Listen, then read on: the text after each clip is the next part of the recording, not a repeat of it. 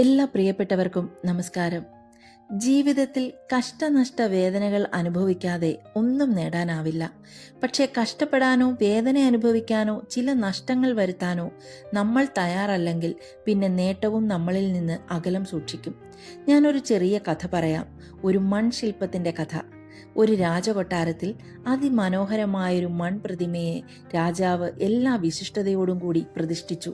ഒരുപാട് സ്വർണ്ണ നാണയങ്ങൾ വിലയുള്ള ആ അമൂല്യമായ പ്രതിമയെ ജനങ്ങൾ ഭക്തിയോടെ ആരാധിച്ചു. ഒരിക്കൽ രാജകുമാരി ആ മൺപ്രതിമയോട് തൻ്റെ വിജയരഹസ്യം എന്താണെന്ന് അന്വേഷിച്ചു.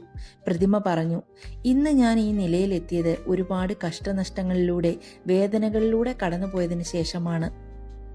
വനാന്തർഭാഗത്ത് ആരാലും ശ്രദ്ധിക്കപ്പെടാതെ കളിമണ്ണായി കിടന്ന എന്നെ ഒരു ശില്പിയുടെ കയ്യിൽ ലഭിച്ചതിനു ശേഷം ഒരുപാട് അടിച്ചുപരത്തലുകളും വെട്ടിനുറുക്കലുകളും ചുട്ടെടുക്കലുകളും ചായം പുരട്ടലുകളും ഒക്കെ കഴിഞ്ഞതിന് ശേഷം ഒരുപാട് കൈകളിലൂടെ കറങ്ങിത്തിരിഞ്ഞ് ഒരുപാട് യാത്രകൾ ചെയ്ത് ഒരുപാട് പ്രയാസങ്ങൾ തരണം ചെയ്താണ് ഞാനിവിടെ എത്തിയത്.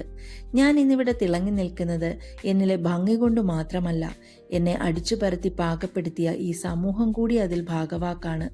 അതെ, കഷ്ടനഷ്ടങ്ങളില്ലാതെ ജീവിതത്തിൽ ഒന്നും നേടാനാവില്ല എന്ന തിരിച്ചറിവ്, അതാണ് ജീവിത വിജയത്തിൻ്റെ അടിത്തറ. Thank you.